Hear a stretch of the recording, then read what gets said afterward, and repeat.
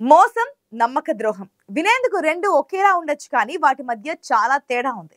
కానీ ఆ అభ్యర్థి మాత్రం ఈ రెండింటితో సావాసం చేశారు. ఎన్నికల్లో ఎవరు మోసం చేస్తున్నారో, ఎవరు నమ్మక ద్రోహం చేస్తున్నారో తెలుసుకోలేకపోయారు. కొన్ని గమనించినా ఏమీ చేయలేని నిస్సహాయ స్థితిలో ఉండిపోయారు. ఎన్నికలయ్యాక ఒక్కొక్కటి బయటకు వస్తుంటే ఇలాంటి వారు కూడా ఉంటారా అంటూ అంతా ముక్కును వేలేసుకుంటున్నారు. తోడు ఉంటూనే తొండాట ఆడిందెవరు? ఎన్నికల బరిలో మొదటిసారి ఇన్ని చేదు అనుభవాలు చవి చూసిన ఆ అభ్యర్థి ఎవరు? ఒకసారి చూద్దాం.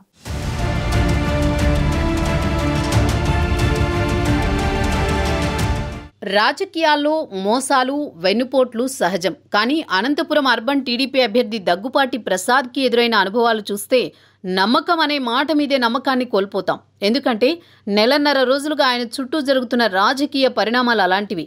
వాస్తవంగా అనంతపురం అర్బన్ నియోజకవర్గ రాజకీయాల్లోకి అనూహ్య పరిణామాల్లో అడుగుపెట్టారు దగ్గుపాటి ప్రసాద్. అనంతపురం అర్బన్ టీడీపీ ఇన్ఛార్జిగా మాజీ ఎమ్మెల్యే ప్రభాకర్ చౌదరి ఉన్నారు. ఆయనతో పాటు మరికొందరు టికెట్ ఆశించారు. చివరిదాకా ప్రభాకర్ చౌదరి టికెట్ కోసం గట్టిగా ట్రై చేశారు. కానీ కేవలం నెల రోజుల ముందు నుంచే దగ్గుపాటి పేరు తెరపైకి వచ్చింది. వాస్తవానికి ఆయన నలుగురితో పాటు నారాయణ అన్నట్టే టికెట్ కోసం ట్రై చేశారన్న టాక్ నడిచింది. కానీ ఎంతో మందిని కాదని ఆయన అనూహ్యంగా టికెట్ సాధించారు. ఇది ఆయన తొలి విజయం అని చెప్పొచ్చు. కానీ ఇంతమందిని దాటుకుని ఆయన టికెట్ సాధించారంటే ఆయన స్థాయి అందరికీ తెలిసొచ్చింది.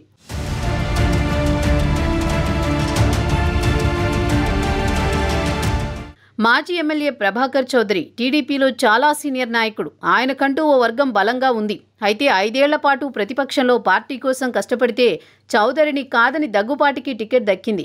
ఈ పరిణామమే అక్కడ అగ్గి రాజేసింది. దగ్గుపాటిది రాప్తాడు మండలం. 5-6 ఏళ్లుగా ఆయన పార్టీలో యాక్టివ్గా లేరు. హైదరాబాద్లో పారిశ్రామికవేత్తగా ఉన్నారు. అలాంటి వ్యక్తికి హఠాత్తుగా అనంతపురం అర్బన్ టికెట్ కేటాయించడంపై చౌదరి వర్గం తీవ్రస్థాయిలో ఆగ్రహం వ్యక్తం చేసింది. జిల్లా పార్టీ కార్యాలయంతో పాటు అర్బన్ కార్యాలయాలపై దాడి చేసి ఫర్నిచర్ తగలబెట్టేదాకా వెళ్ళింది. ఫ్లెక్సీలు, ఇతర సామాగ్రి అంతా అగ్నికి ఆహుతైంది. చంద్రబాబు, లోకేష్ టికెట్లు అమ్ముకున్నారంటూ బహిరంగంగానే దూషించారు అనంతపురం అర్బన్ తమ్ముళ్లు. కొత్తగా వచ్చిన దగ్గుపాటి ప్రసాద్కి సహకరించేది లేదని తెగేసి చెప్పారు. అక్కడితో ఆగకుండా చౌదరికి టికెట్ ఇవ్వకపోతే పార్టీ ఓటమి చూస్తారంటూ కూడా హెచ్చరించారు.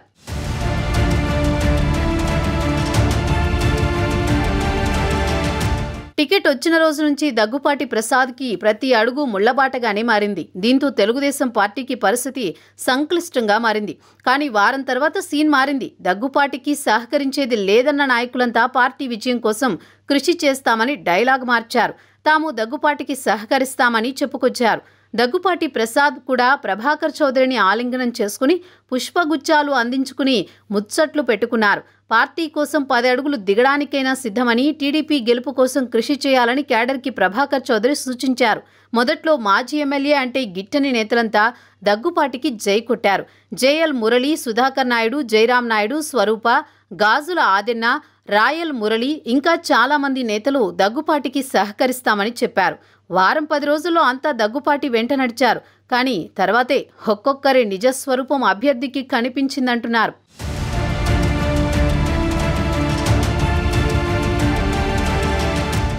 పార్టీ కోసం పనిచేస్తామంటూ ముందుకొచ్చారు నేతలు. కానీ వారిలో చాలా మంది దగ్గుపాటి ప్రసాద్ని అభ్యర్థిలా కాకుండా ఓ ఏటీఎం లాగే చూశారు. ఎంతసేపు ఆయన నుంచి ఏ రూపంలో ఎంత లాగొచ్చన్న దాని మీదే కొందరు దృష్టి పెట్టారు. చాలా మందికి లేదనకుండా సమర్పించుకున్నా ఇంకా గుంజాలని ప్రయత్నించారు. ఒకరొస్తారు, తమను గుర్తించడం లేదంటారు. మరొకరొచ్చి మీ పక్కన సీటు వేయలేదంటారు. మరొకరు తాము చెప్పినట్టే వినాలంటారు. మరికొందరు తమకేదో తక్కువైందంటారు. ఒకటా రెండా చెబుతూ పోతే దగ్గుపాటి కష్టాలన్నీ ఇన్ని కావు. అయినా ఎవ్వరిని నొప్పించకుండా ఓపిగ్గా సర్దుకుపోయారు అనంతపురం అర్బన్ అభ్యర్థి. వాస్తవంగా మరో నాయకుడికి ఇలాంటి అనుభవాలు ఎదురై ఉంటే టిక్కెట్టు వద్దు, ఈ పార్టీ వద్దని వదిలేసి వెళ్ళిపోయేవారు. దగ్గుపాటి అవస్థలు చూసి టికెట్ కోసం ట్రై చేసిన వాళ్ళంతా రాకపోవడమే మంచిదైంది అనుకున్నారు.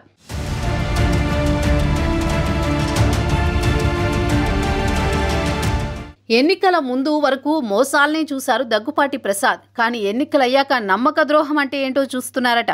వాస్తవంగా దగ్గుపాటికి సహకరిస్తామని చెప్పి మోసం చేస్తున్న వాళ్ళెవరో కళ్ల ముందే కనిపిస్తుండేవారు. వారు మొదట దగ్గుపాటిని తిట్టి ఆ తర్వాత దగ్గర చేరి పోలింగ్ రోజు ఎంత చేయాలో అంతా చేశారు. అభ్యర్థినే కాదు, కొందరు నమ్ముకున్న పార్టీకి కూడా నష్టం చేశారు. ఇక నమ్మక ద్రోహుల విషయానికొస్తే టికెట్ కన్ఫర్మ్ అయిందని తెలియగానే ఆయన దగ్గర వాలిపోయారు. చుట్టూ చేరి భజన మొదలుపెట్టారు. దగ్గుపాటి వీరుడు సూర్యుడు అంటూ అదే సమయంలో మాజీ ఎమ్మెల్యే ప్రభాకర్ చౌదరి గురించి తక్కువ చేసి మాట్లాడడం వంటివి చేశారు. దగ్గుపాటి ఎప్పుడో గెలిచిపోయారు, మెజారిటీ కోసమే చూస్తున్నారంటూ హైప్ క్రియేట్ చేశారు. ఆయన్ని నీడలా అనుసరిస్తూ సినిమా ఆర్టిస్టుల కంటే కూడా బాగా నటించారు.